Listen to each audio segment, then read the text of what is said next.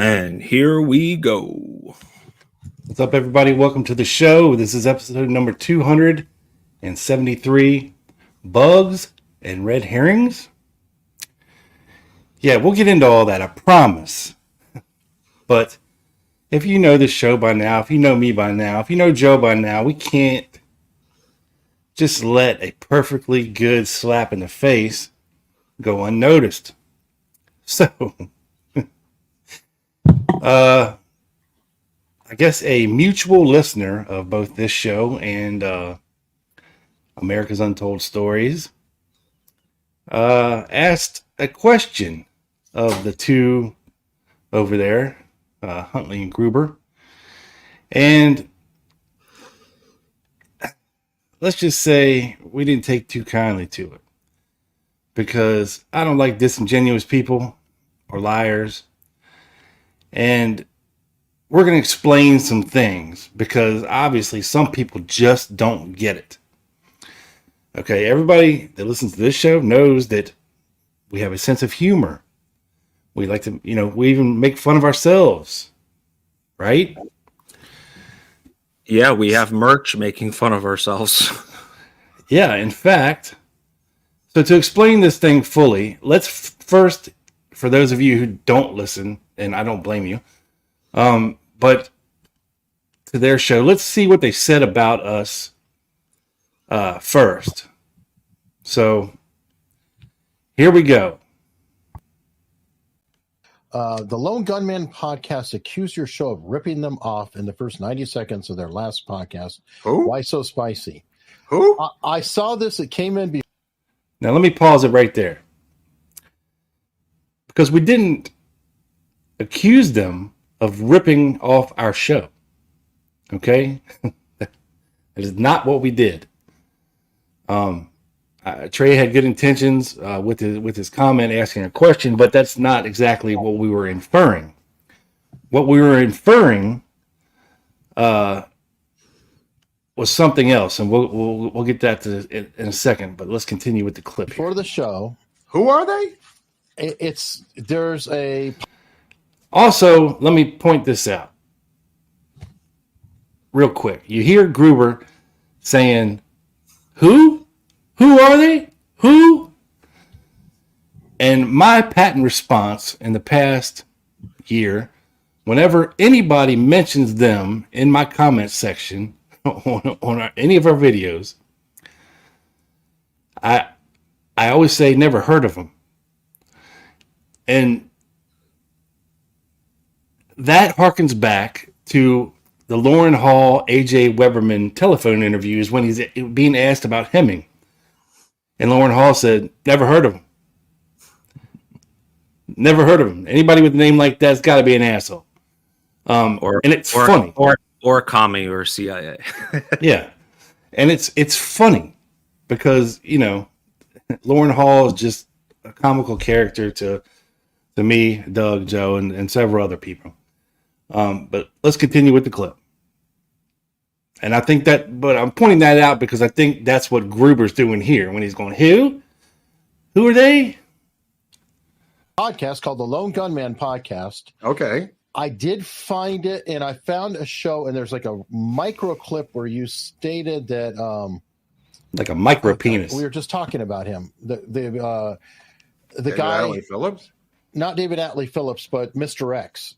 Who Mr. X is Fletcher Prouty? Yeah, that Fletcher Prouty was a maniac, Scientologist, etc. Well, I didn't say he was a maniac. I said he was a Scientologist. No. But you said this guy's a maniac. He was a Scientologist. But it was just off the cuff statement. Oh, okay. And they pulled this. There's this little snippet and an Oscar Wilde quote that they say the imitation is the sincerest form of flattery. I've never even heard of these people. I know. I really don't understand it. And honestly, I wouldn't watch it because it's the Lone Gunman podcast. Who gives a shit about these people? Let's move on. Fuck these people. Are you kidding me? All right. Fuck these people. All right. And look, I wouldn't listen to the show because it's called the Lone Gunman podcast. And I don't believe that point of view. The show is nothing about promoting the lone gunman theory at all. It was meant from the origins 10 years ago to be an ironic title. Because that's not what I believe, but I'm doing the show by myself. And now that I'm not doing the show by myself, I'm doing it with Joe, it's even a more ironic title because there's two of us. I should change the name to the Lone Gunmen, I guess, instead of the Lone Gunman. But I'm not, because it's always been the Lone Gunman podcast. But for these two to say that they've never listened and they don't know who we are is disingenuous at best. Okay? Because, shockingly enough, 2 weeks ago, Joe, what did I put out on the Vault stream? You put the full radio interview with Oswald, Yeah, and the Inca guy, and yeah, in full. And what was their last show about, Joe? The Inca guy and some of Lee Harvey Oswald in his own words. Yeah. Oh, imagine that. What a quinky dink. But you don't listen. And you don't know who we are. I think part of the blame, first of all, if there's someone hijacking anything, it's not us. We do our own research. We go through our own documents, hundreds a week, thousands within the past year. I can guarantee you more than... And we post them for all to see. Yes. And I guarantee you I've gone through more than in 2 years than he has in 50. Like, I can guarantee it. And we back everything up with our research and our documents. That is why we turned heads at Lancer with our research. The biggest, most respected names in the communities, minds were blown, by some of the research that we came up with. I'm going to have to do this, Rob. So the name Martin's going to come up a few times, but in actually finding the John T. Martin who took the video, we did more research on him than anyone else, to finding that James Herbert Martin, who Marina moved in with, had a direct line installed to the White House. And I can go on. We do our own research, and this is a research-based show. We don't take ourselves seriously, obviously, but we take our research seriously.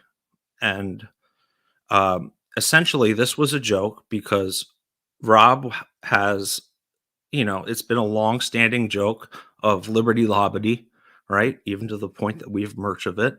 So when Grobert said it, Liberty Lobbity, we thought it was hilarious. And I think I said something to the effect as... it was a joke. This is why we put up this quote from Oscar Wilde. Imitation is the sincerest form of flattery. And that's where Huntley stopped. But it says that mediocrity can pay to greatness. And it was meant to be a dig at them because... Look at the screen, folks. The very bottom, it says Liberty Lobbity. You know why it says Liberty Lobbity? Because I can't pronounce Liberty Lobby without very much concentration and effort. Because I screwed it up like, 5 times in a row many years ago. Okay? Many years ago. So for them... It's an inside running joke. Yeah, it's an inside running joke. We even have it on our merch. So we thought it was funny when he said it that way. And that was, the little... That was why we played the clip of him saying Liberty Lobbity. We can make fun of them. We make fun of ourselves. And then for him to say, fuck you guys. Okay, well, now let's continue. You can't take yourself too seriously in this thing. I mean, the reason my name is Big Bad Bob, I've never went by Bob in my life, okay? Until... You remember, like Bob Clark and Doug Campbell, they actually devoted a show. What was it called? The Lies of Fletcher? Yeah, the Lies of Fletcher Friday. What a joke. Yeah. What an embarrassment. I mean, those. And then Karma came back and bit Jim DiEugenio in the ass on national television. Listen. John D'Angelo is the writer behind Oliver Stone's documentary JFK Revisited. You can't make this stuff up. It's funny. It's funny to me. Call me childish if you wish, but it's funny. You know, we're just busting balls here. Yeah. We didn't address any of their content or anything like that. And by the way, but we will now. We're going to get there, by the way. But yeah, for the super chatter to say hijack, right? Everybody in the YouTube arena are taking their shows live, from true crime to gaming to sports trading cards. It's the trend. Also, the trend is to make a separate community, because this amazing place isn't the nicest to people who cover topics like we do. So we didn't hijack anything. We do our own thing. We do our own research, and we back it up. So, and real quick, we got to thank Paul and Jack for the super chat, super stickers. Much appreciated. And Johnny and Colonel Reb from earlier. And I have a request from Colonel Reb. Real quick, I have to thank him in my DAGO Garner voice. So, here we go.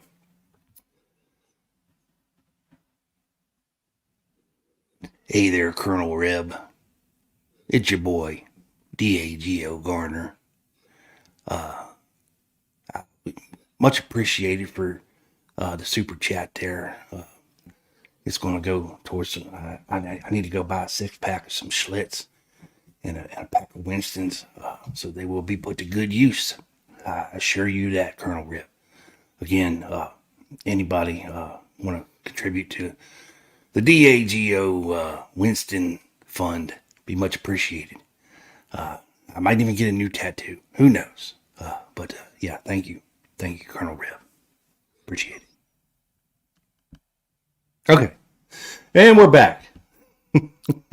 I think that you actually brought up a good idea. If we reach a certain amount of followers at some point, you should get a tattoo. We could decide on that number, but oh, I'll do it.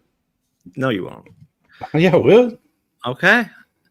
It is now on the record. Tats. It is now on the record, people. We just got to figure out a good one. Maybe like, Steve-O, or no, that's not Steve-O. Yeah, he has a tattoo of himself on his back, like very, very, very big. I'll get a picture of Jack Ruby back there. And it says he would just eat him and stuff. That would be amazing. That would be amazing. Oh wow! But that's gonna take a lot of listeners to accomplish. We will get there though. Howdy from Scotland, Graham Keenan, Scotland. Howdy. So, a couple things when it comes to Gruber, and I'm intentionally mispronouncing the name because he ain't French. Gruber. For those that can't pick up on sarcasm, yes. Yes. When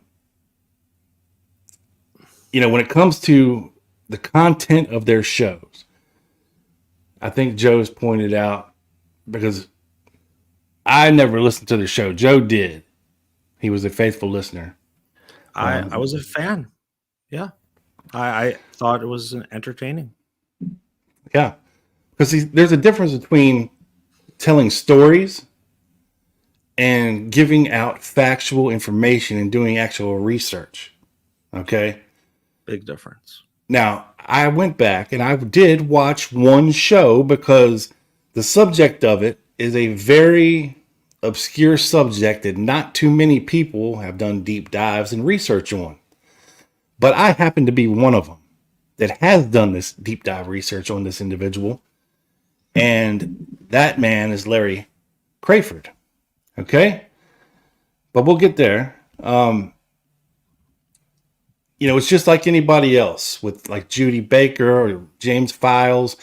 Anybody with a good story, but no substance. That's what we're looking at here. That's your correlation factor. Okay. It's the name of their show, America's Untold Stories. So I went back. Yeah. Stories. So I went back and I watched the Crayford episode. And 20 minutes in, he says that Jack Ruby introduces Crayford as Oswald, wherever they go. According to who? According to who, Mark? He's mistaken for Oswald a lot of places that him and Jack Ruby go. But other than Beverly Oliver, who's ever said this? I mean, you can say whatever you want, but when you don't source, your comments, and you don't cite where you got your information from, some researcher said this. Well, that's sus. Well, the best thing is whenever someone asks him a question, he'll be like, "Oh, I don't have time to address that. He's a deep state actor." That's the go-to line. So, yeah, go ahead. No, and I was just gonna say, like, I listened to especially a lot of their early shows.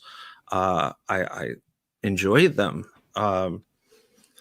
but it's obvious that I don't know what Q&A, JFK Q&A they're on now, 10, 11, that they've ran out of stories, and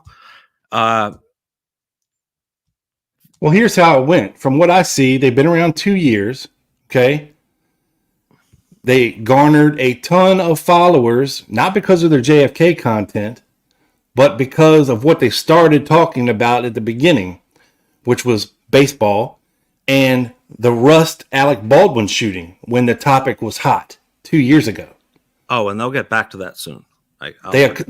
Whatever. But I'm saying they didn't get to 100,000 followers from JFK. Okay, I'm just pointing that out. Right. They stumbled upon a subject that got them a ton of views, and they stuck with it. And I don't blame them for that. Hey, whatever. No. But don't sit here and act like you're the greatest thing since sliced bread and your JFK information is groundbreaking and this and that and the other. So 30 minutes into the Crayford episode, they misidentified George Senator standing next to Jack Ruby in some news footage. Okay, now I agree, it was Jack Ruby in the footage, but they say, look, there's George Senator with a Minox spy camera taking pictures of the jazz band. It is not George Senator. If you've ever seen a picture of George Senator, that ain't him, folks. 42 minutes in, they say that Ruby shot J.D. Tippett in the back of the head.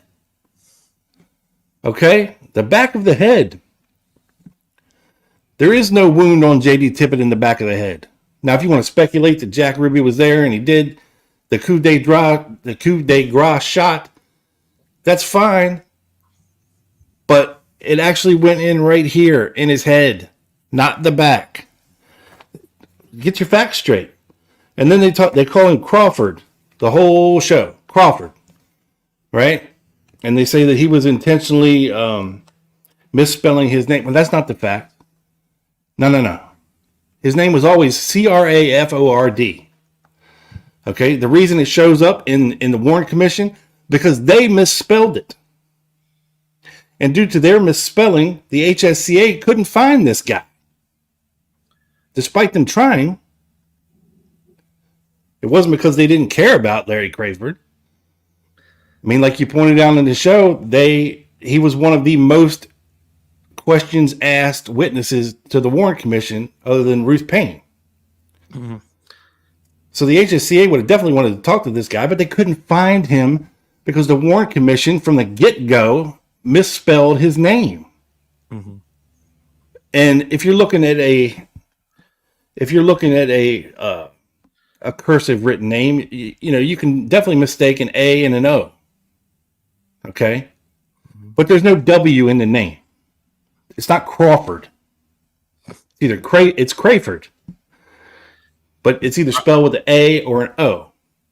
And it's just these small little factual things that, yeah, you can tell a great story and this and that and claim that, you found the dry cleaning tag off of the jacket that was found under the car after the Tippett shooting 15 years ago in some obscure Australian forum. Rob, yes. we have an honored guest. Who's that? Oh, sound And hello, Doug. And this is another comment that followed it. That is, I think, sums it up. We are going to get there, I promise, because, like I said, they had no desire, and I wasn't there, but I have people that I know that were there, including this guy right here, who said that these two, Hunley and Gruber, couldn't care less about what anybody else was saying or presenting at the conference. They were being very disrespectful, being very loud, especially when Robert Groden was up there talking. And this is I think who was it that pointed that out earlier about the Zapruder film? Yeah, Cat Daddy Steve said Mark is a Groden Z film fanboy. Well, he should have been listening to what the hell Groden was saying instead of being an asshole. But I know that Hunley was being the asshole, not Gruber. But Gruber wasn't even in there listening to Groden. No. Grobert was outside, like behind the bar area with a whole group of his little kind of cultish followers. And they were then told to leave that area and then went down to the hotel bar, in which they were later kicked out as well. And this is from Gruber's own mouth in the episode post-Lancer. So I think they'll get invited back. And don't even get me started on AI Oswald and using AI to... yeah, what did that have to do with anything about the assassination? AI is not going to solve the case. I mean, come on now. What are you doing? That presentation had no place at Lancer. I'm sorry. Yeah. But this is they won't be invited back. Yeah. But this is another example of their great research. Ready for this, Joe? Oh, I'm ready. Kennedy was shot, but he survived. Was there a backup plan to make sure he didn't leave the hospital alive? I don't know. The backup plan was to go to the LBJ Ranch the following day, where he would never have been allowed to escape. There was a fundraising barbecue. Very few people know about this. A Democratic fundraiser scheduled for the LBJ Ranch on Sunday. And from what I understand, there was a plan there with multiple snipers to not let him leave the ranch. According to who? Who's ever said this? Maybe Mac Wallace's fourth cousin-in-law. But this is the kind of information that just gets thrown out to the multitudes of their followers. Yes. That muddies the waters. This was actually a clip, Rob. So this is one of those, a short.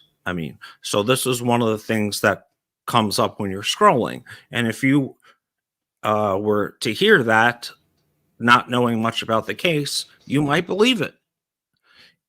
And while I do give them credit for getting people interested in the JFK case to then put shit out like this, which, obviously the goal is to get clips with such a, crazy statement. It does muddy the waters, and we are here to unmuddy the waters. And that is the difference. Research, stories. Research, stories. Subtle difference to some, not to others. Yeah, and just to cap this off, we do have audio, thanks to Doug Campbell. of Huntley being disrespectful at the Dallas conference, and here it is. Nobody can hear. Hey! Nobody can hear. Nobody can hear. There's 100 people here. There's 10 over there. None of us can hear because you guys. Come on, please. Thank you. There is no forward. You'll be dead. So anyway, that is the only alteration to this approval. So what you just heard there is some brave man who deserves a medal shouting down Huntley and his group of subordinates being unruly and disrespectful during a presentation by Robert Groden at Lancer. Yep. If you're going to do that dumb shit, go to the bar. Leave the conference area. These two I don't even have words for how disrespectful that is. I was there. And when people, pay $200 to get into these Lancer conferences and listen to the presentations, I would have done the same thing. This guy was pissed. Yeah, and he had a right to be. And what I was going to say is I was sitting kind of front middle with the crew at the time during the banquet speeches, and being in the front middle part of the room, I could hear the disturbance and the laughing and the drunkenness going on from the back corner, which is where they were. They didn't even, Hunley could not even see the stage from where he was sitting. Had no, like you said, no interest in anything, just wanted to, talk to his little band of loyal listeners. And reading a book is not the same as researching and going through NARA or paying for access for Mary Farrell to look up documents, or paying for Ancestry.com on a monthly basis. Those are the type of things that we do to get the most research possible. And we make mistakes. We're not perfect. And I think in one of the last episodes, Rob had made a little minor mistake, and correct commenter said, no, it was Quilla Clemens. And he was like, oh, yes, right. And that's why we do this, to interact and to get things straight, because this is the most confusing case ever. And, we're trying to demuddy it. And I'm not saying all books are bad, but you have to read the right books. How many books are out there on LBJ did it? I mean, good Lord. Yes. If but you don't where's the proof? There's a lot of what do you call it? Circumstantial evidence that you can pin on the man, sure. But as far when you start going to saying, Malcolm Wallace was his personal hitman and this, that, and the other, I mean, come on, man. Now all these snipers are in the bushes around LBJ's ranch, and how are you going to cover that one up? Where's your patsy at the LBJ ranch? Richard Nixon? I mean, someone snuck in or something. Who knows? But that's what we're talking about here, and we weren't even planning on addressing this until Gruber told us to go fuck ourselves. So now we will return the favor, sir. Fuck you. Yes, and double fuck you, Gruber. So let's move on. That being said, let's do what we do best, Joe, and that's do a little research and enlighten the viewers about something they may not have known about. And hey, we got documents to back it up. So, Joe, without further ado, have at it, my friend. Thank you, right. Southwest. If you give me a second here, I will pull No seconds for you. I know. Come on, Joe Ball. I ain't got all damn day. Joe Ball. That was fun. All right. So I'm going to be talking a little bit about the surveillance on Marina Oswald after she moved out of James Herbert Martin's home. So this is a New York Times article on the FBI and Marina's house apartment being tapped and bugged in 1975.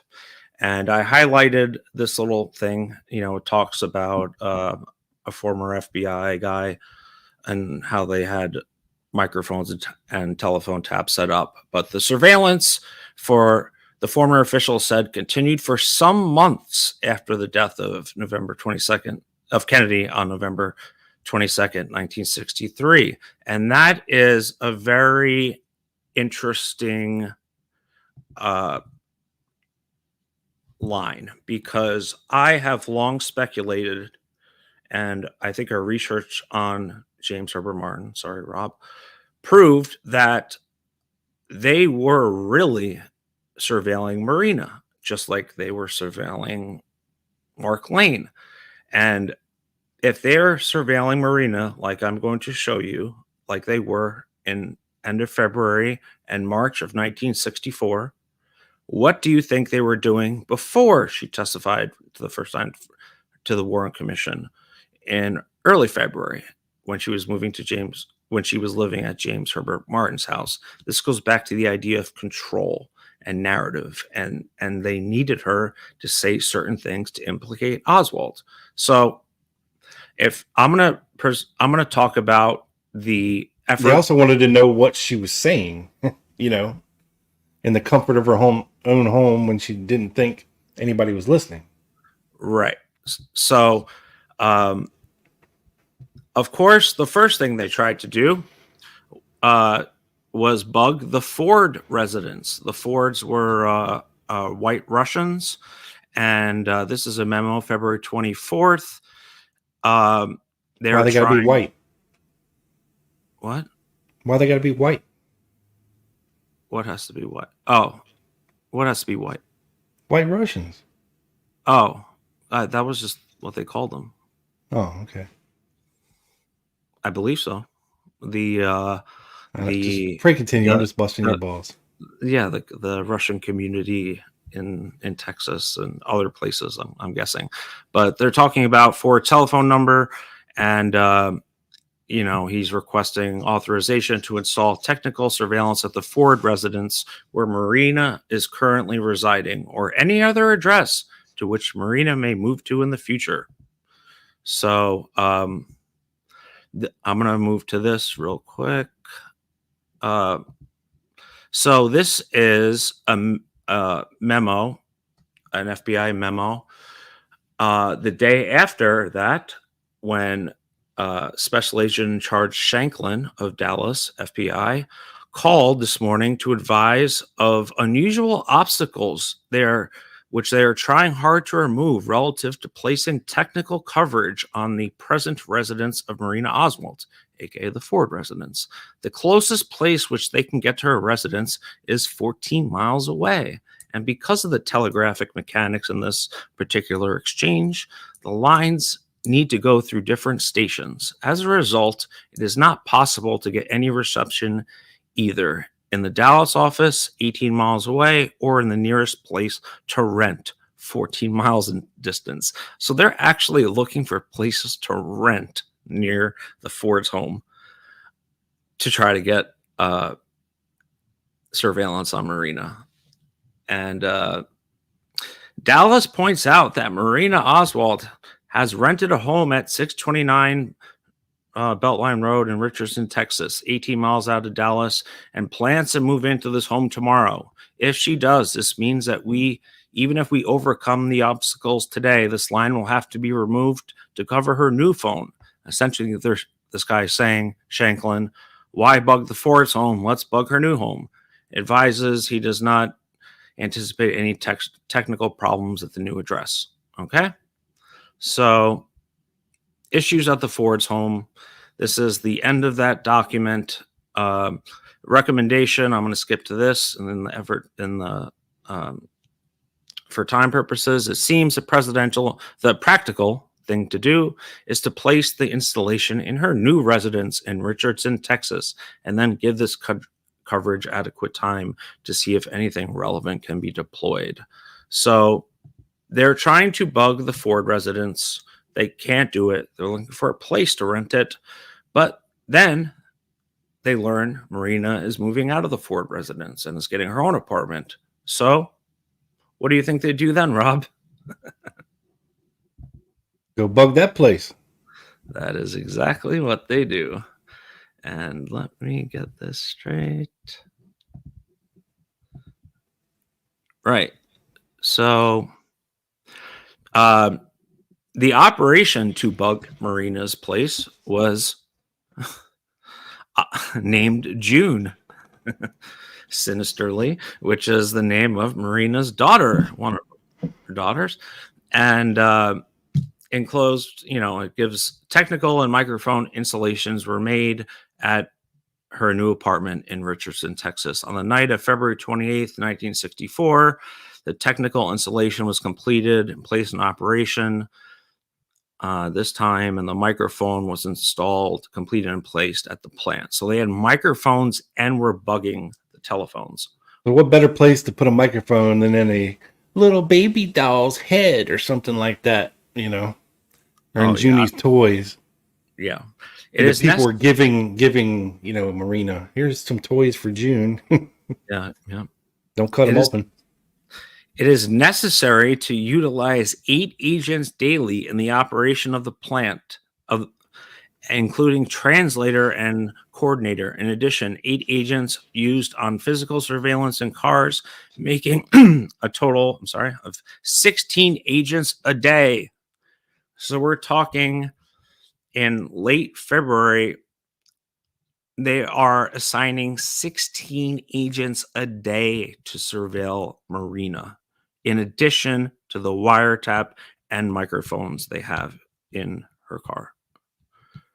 In her apartment. So that will give you an idea of what the efforts the FBI was making after she testified to the Warren Commission in early February. So this brings me back to James Herbert Martin. What kind of surveillance or control was she under before then? Because that time would have been, in theory, more crucial, right? Before she testified to the Warren Commission, before it became part of the public record.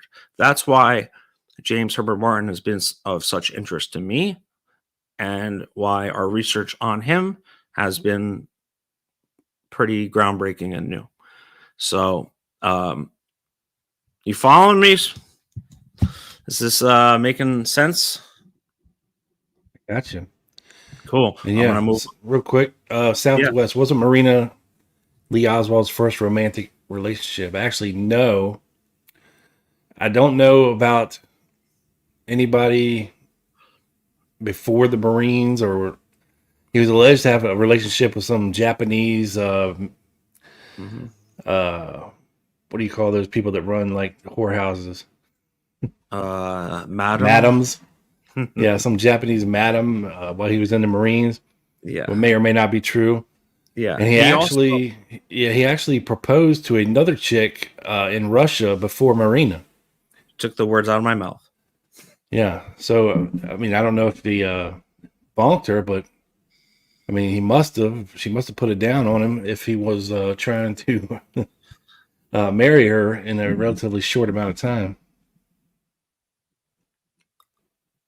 Countless.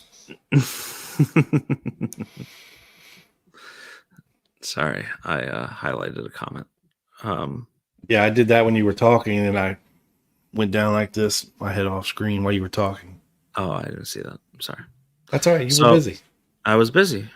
So let me continue here on my little. This is going to be pretty short. Forgot about him. So, Marina's lawyer after John Martin Thorne was a guy by the name of William McKenzie, and he had indicated to the DPD and the FBI that he would keep them fully informed of all information that would be of interest to the government concerning Marina Oswald activities. He was also advised that suitable, unusual activities. He would advise. Willie Mack. So this lawyer was found by Robert Oswald for Marina post James Herbert's literal screw up in DC and both their contracts being terminated. This is the new lawyer, Mackenzie. Slick And Willie Mack. she didn't really trust him.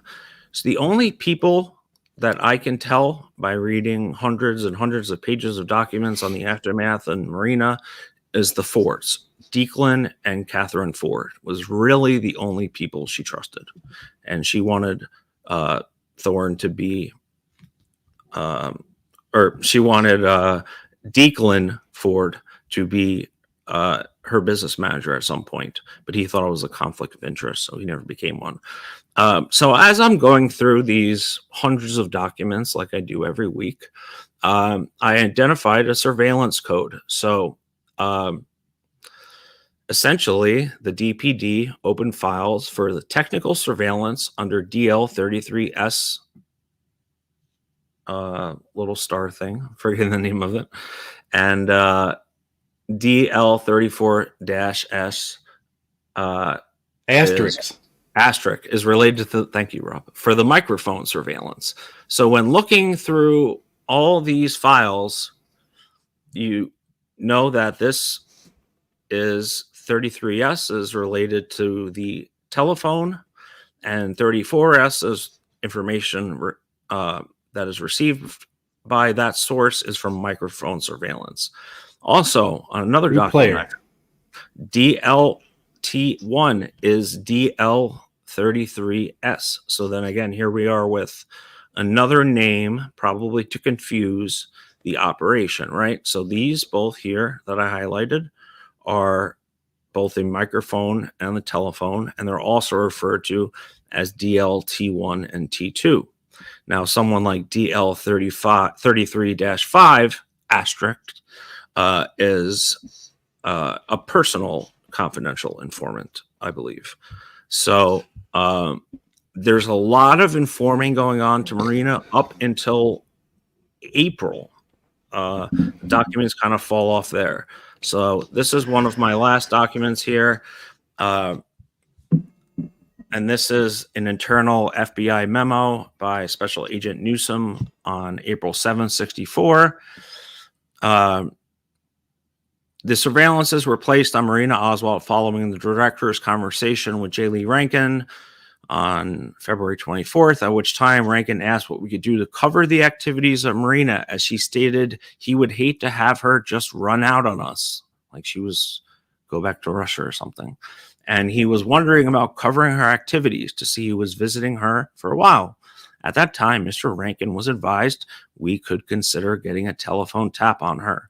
We have no objections to giving this report to the commission. However, if it is made part of the public record for review at a later date, aka us, what we're doing, it will become apparent to the reader, aka us, even though we cover the source that we'll find, that the information came from a technical surveillance, even though the technical was placed in response to the commission's request to cover Marina's activities. It does not appear commission specifically asked for a technical surveillance. Therefore, if there is public criticism about placing a wiretap on Marina Oswald, it would be directed at the Bureau rather than the commission. Recommendation: in as much as we have furnished the commission with the pertinent information from these sources, they're talking obviously about the wiretapping and the microphones, by separate letters, we recommend that this report not be sent to the commission. Because why, Joe? Jack asked the question. Because everyone was in CYA mode.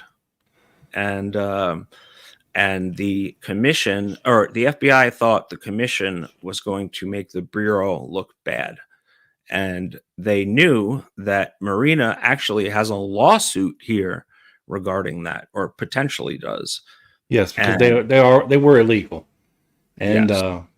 That's why I believe, Joe, I believe that they were assigning them DLT1 and DLT2 identities so that possibly if the proverbial shit hits the fan, they could say that their information came from a confidential informant instead of from technical surveillance.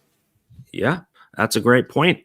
And, I went through a lot of long documents, and it was only the second or third time through that I started recognizing these patterns of T1, T2, 33, 34S, that I started paying attention to it. And we have that now figured out why they were named that way. And then in future research, because we know our community is serious about researching, keep that in mind when reading documents about the aftermath and possibly the surveillance, that those T1 and T2 were the same.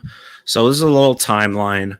Essentially, late February, February 14th, Marie and the kids moved in the Ford's home.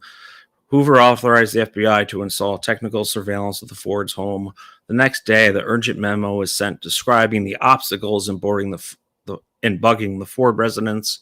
And February 29th, the surveillance starts. So Marina moves in to her new apartment in this time frame here, probably the 26th, 27th, or 28th. And telephone surveillance starts on February 29th. The microphone starts on 3/2/64. They probably had to install them separately. On March 12th, Rankin actually sent a memo saying to stop the surveillance on Marina. That's March 12th. And the memo I refer to about not telling the Warren Commission about some of this info was on April 7th, 1964.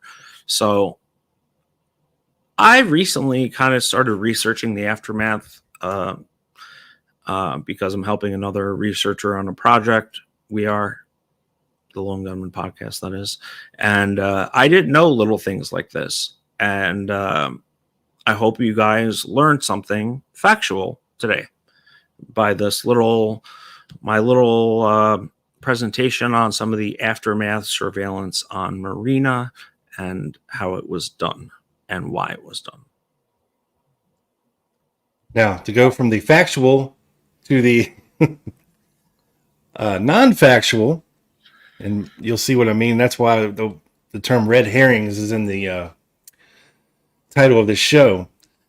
I didn't find it. I came across it, and I've seen it for a while because various things out of this newspaper article have been put forth by various researchers over the years. And I just want to show you that it's a legit newspaper article that I copied, and but it made me think as I started reading it that this thing has got to be a red herring somewhere on the level of like the McCone rally document, the DPD incident report of Jack Ruby and Lee Oswald getting in a fight at Oswald's rooming house. Stuff like that has been, kind of tucked in places by tricksters to hopefully trip up or conspiracy theorists and expose them. And you'll see what I mean as I start reading this. I couldn't believe it as I started reading it. So the title of the article, the title of the article is "Capture." It's all over now, and this is supposedly from the New York Herald Tribune on November 23rd, 1963. So this is from the day after the assassination. So it starts off, "It's all over now," said Lee Harvey Oswald softly. He had just been dragged screaming from a movie theater in Dallas's Oak Cliff suburb where police say he shot a policeman and was now submissive as the dead policeman's partner brought him to headquarters for questioning in the rifle slaying of the president. Now, the opening paragraph here, there's two very wrong facts in it. that the partner of the dead policeman brought Oswald to headquarters. Okay, that didn't happen. And he wasn't arrested for questioning in the rifle sling of the president. He was arrested for the murder of a police officer, J.D. Tippit. They had not charged him with the murder of the president at the time of his arrest at the theater. Here we go. Less than 3 hours later, the 24-year-old ex-Marine was jailed as the, quote, prime suspect in the assassination. Yeah, that's not right either. Okay? He was not charged with that yet. And we're talking about 3 hours after the assassination. The theater is 4 miles from where President Kennedy was shot at Houston and Elm Streets. This may be true. I don't know. Then police got a call that a man answering the description of the suspected assassin had entered the Texas theater. And if I'm remembering things correctly, Johnny Brewer, called because the guy was acting suspicious. I don't think Brewer knew about the murder of J.D. Tippit at that time. All right, let's go. Patrolman J.D. Tippit and Marion N. McDonald followed. I thought you were going to say Marion Mihawk. No. An usher told them the shabbily dressed man had run into the theater a short time before. They spotted the slim, balding, 5'9" man crouched near a red-lighted exit door, and they yelled. So now this is saying that J.D. Tippit and Patrolman McDonald followed Oswald into the theater, and they saw him crouching near a red-lighted exit door, and they yelled. Now, this does not even remotely follow the kind of events that have been described inside the theater. But okay, because J.D. Tippit is dead by now, so I don't think he was part of following Oswald into the theater. So to continue, Patrolman Tippit fired once, Oswald fired once, and Patrolman Tippit fell dead. Patrolman McDonald then rushed Oswald, and they struggled. Oswald was subdued, and Patrolman McDonald was slashed several times across the face with a gun butt in the struggle, he said.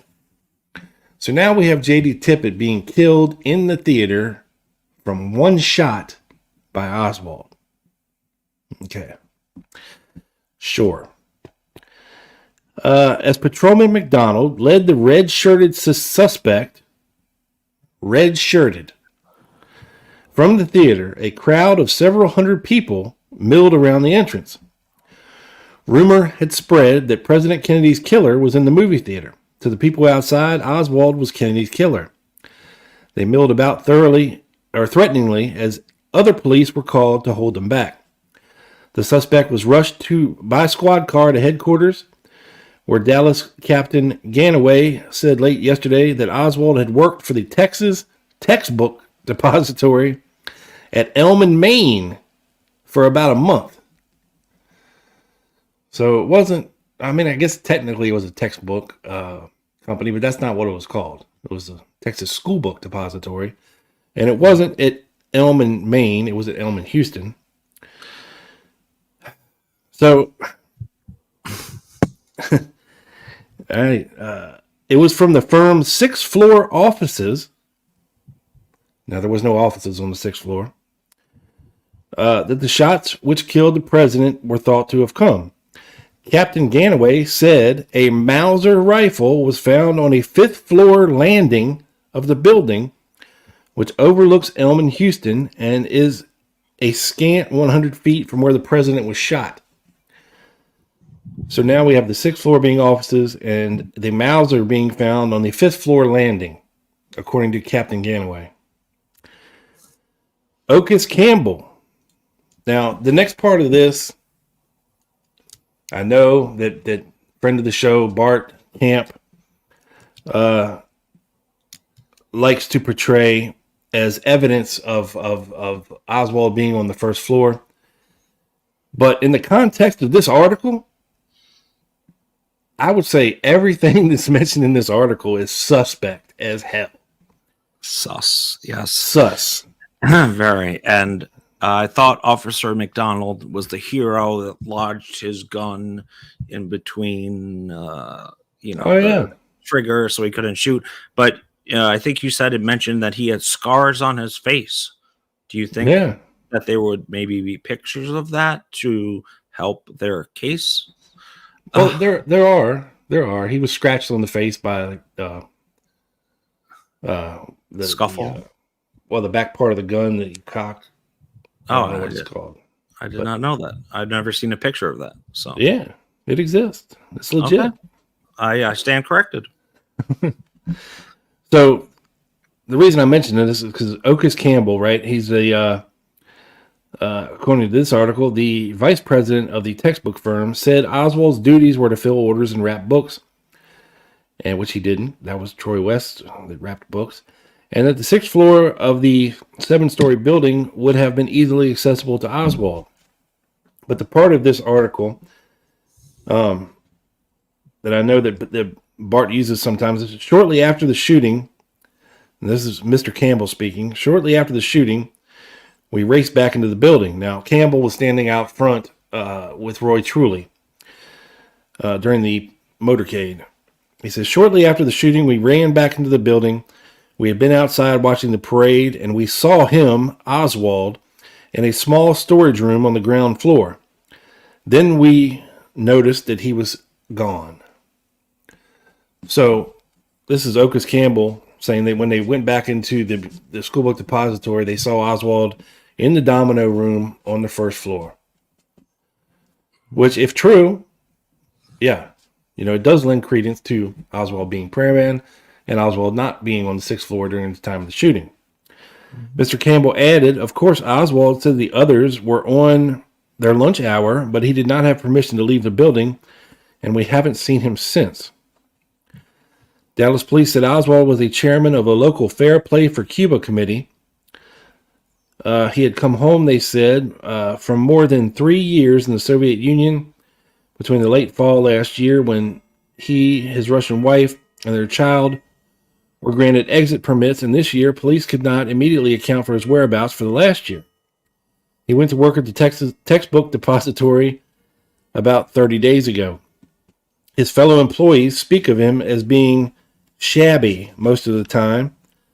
They described his rather limp red or brown shirt and his rumpled trousers.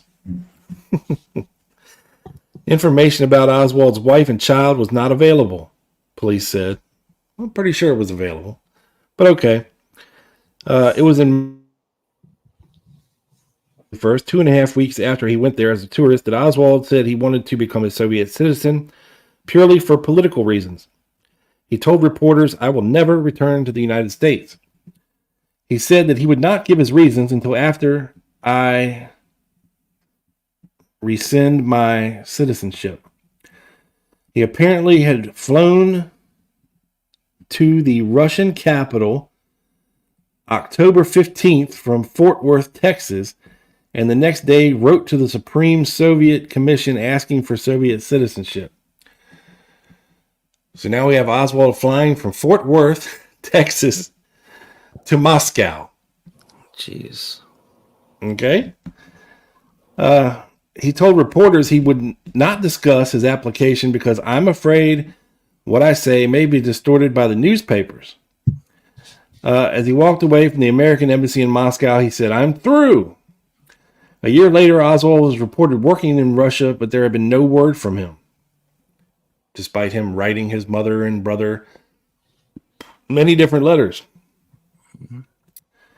Later, he was quoted as saying, "I saw my mother as a worker, always with less than we could use."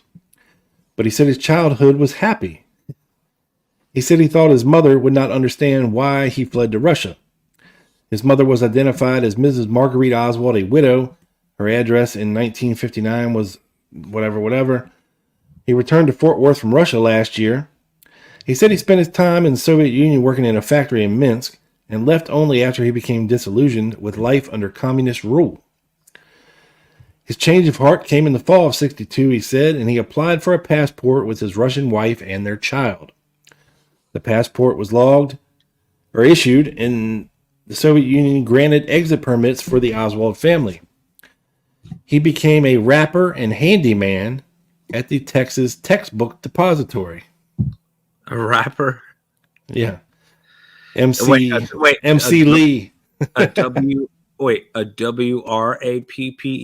like a rapper. Yes. Textbook? Yes. Okay. Not in the Beastie Boys sense of the word. Yes. All right. Thank you.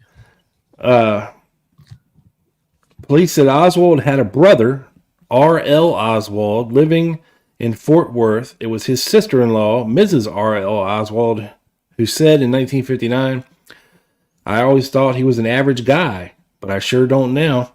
Mrs. Oswald was unable to be reached yesterday for additional comment.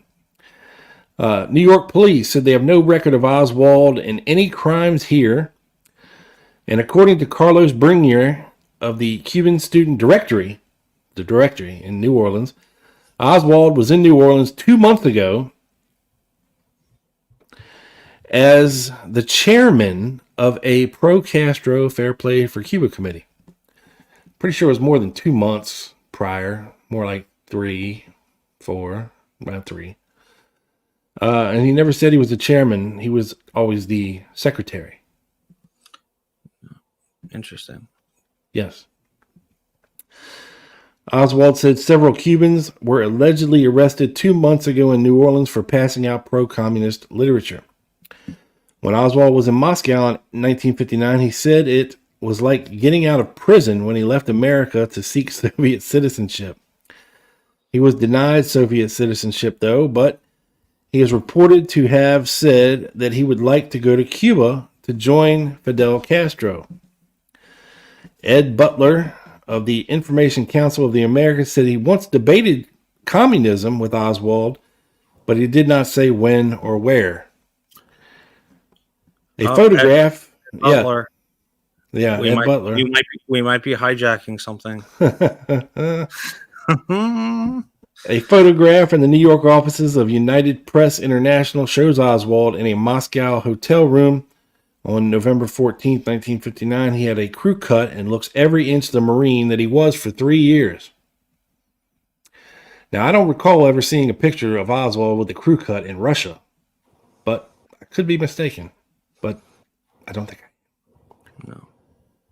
No. The Fort Worth Star-Telegram says Oswald was reported en route home from Russia June 8th, 1962. The next day, he was put aboard the boat with his wife and child. No information on when they arrived has been released yet.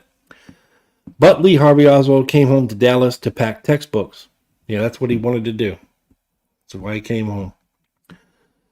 Yesterday, his brownish-colored jacket was found in a parking lot near the theater. Pretty sure that was a white jacket, but okay. It wasn't his, by the way. Where he is accused of shooting Patrolman Tippett. The crowd left the movie theater, but the marquee lights were still on. The program Cry Battle and War is Hell. Now, there's a lot of factual errors in this newspaper article, Joe. Mm-hmm. And I mean, not just one or two, but damn near the whole thing, which made me think this has got to be horseshit. Like this is probably, to me, like some lone nutter put this together with a bunch of obscure factoids in it to make conspiracy theorists look like idiots. Of course. Because I don't see how a respectable newspaper could get so many facts wrong. Now, I understand this is shortly after the assassination, but my God, I mean, there's so much wrong in that article. It could be an attempt to muddy the waters from the start. And I've been doing a little thinking about, you know, our episode with Gavin about Markham and some of the follow-up we did on the Markham boys and different statements that every tippet witness had to seen. That's all conflicting. Maybe that was the point. It's just, let's just make this so conflicting that no one will ever figure it out, and let's just put everyone up there with different statements and say, throw our hands up, like whatever. Yeah. So my first question just made me think was, is this a real newspaper? Because I'm not from New York. I don't know shit about newspapers in New York. So I Googled New York Herald Tribune, and it was a real newspaper. Now, it was a combination of one taking over the other. The New York Herald, I think, bought the New York Tribune. Of course, their biggest competitor was the New York Times. And probably the Post, too. New York Post. Yeah, they went out of business in 1967, like totally. So 4 years after this article was written, they're out of business. They're gone. Bye. See you later. Wonder why. So after I established that this was a real newspaper, of course I had to do a little digging and make sure that this was a real article out of said newspaper. And you know what, Joe?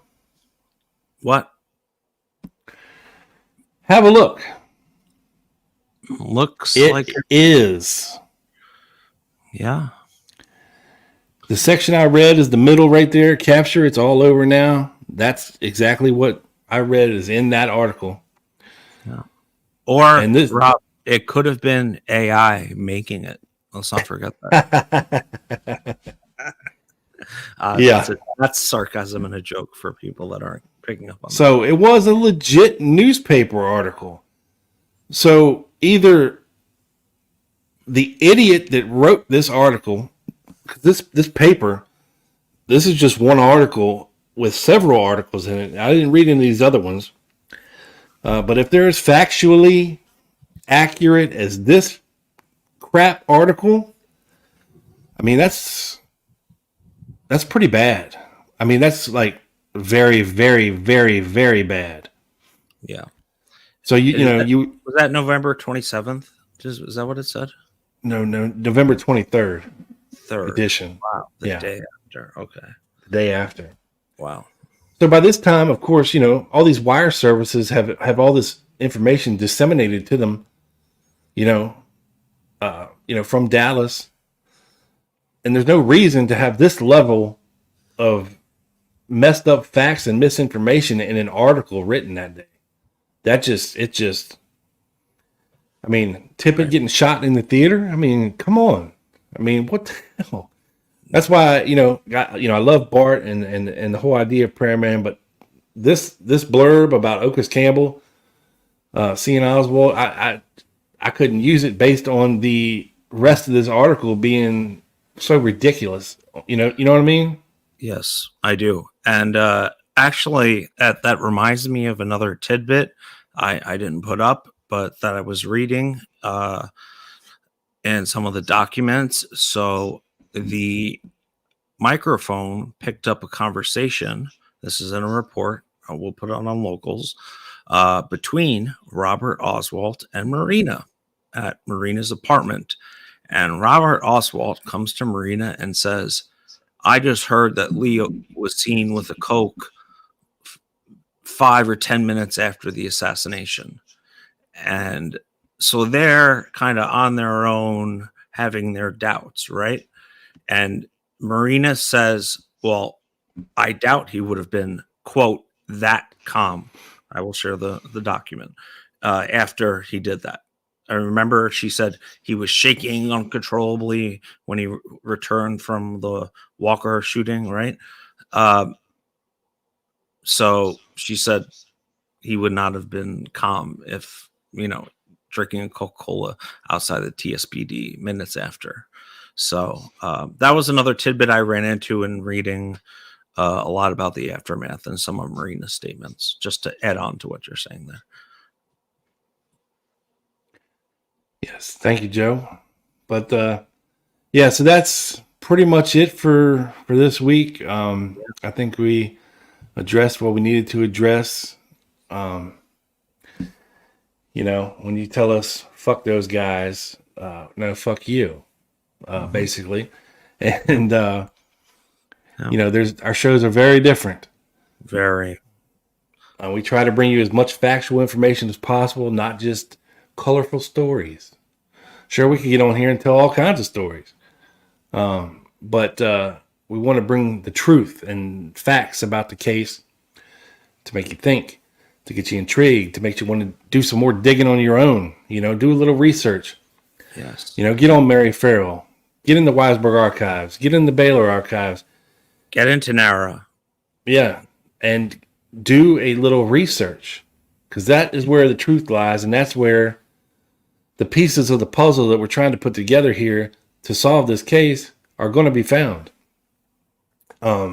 Yeah. Whether or not those documents exist or not anymore, who knows? Yeah. I have my doubts, but yeah, I think we can put together a very circumstantial truth as to what happened concerning a lot of different things. You know, once you clear up all the little nooks and crannies where most of the questions about this case lie. Yes. Once you unmuddy the waters, once you have enough context to put little pieces together, you have more of an ability to, when you're reading documents, to pick out certain things, to pick out patterns, to do statement analysis, intentions analysis, all these type of tools that a researcher should use. Critical thinking. That's one of the things that the other people we were talking about lack. And we will continue to bring you great research, new research, and the truth and the facts as we know it.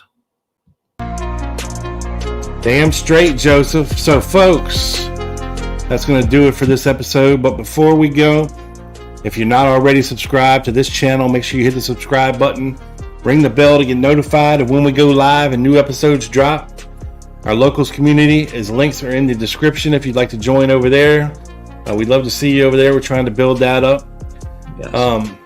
Also, if you want any merch, the link for that is down below as well. Liberty Lovity. Joey Stars. Or some delicious hot sauce. We love the folks over at Silk City, baby. We do. And they produce nothing but delicious freaking hot sauce. So spice up your life and get you some. And use the code GUNMAN for 20% off your entire order. So for Silk City, for Joe Borelli, this is your boy, Big Bad Bob. Thanking you for tuning in. Thank you for participating in the show. Thank you for all the super chats and super stickers. We love you guys. It's always a blast. Until next time, folks. Peace out, pussy defenders. Fuck those guys.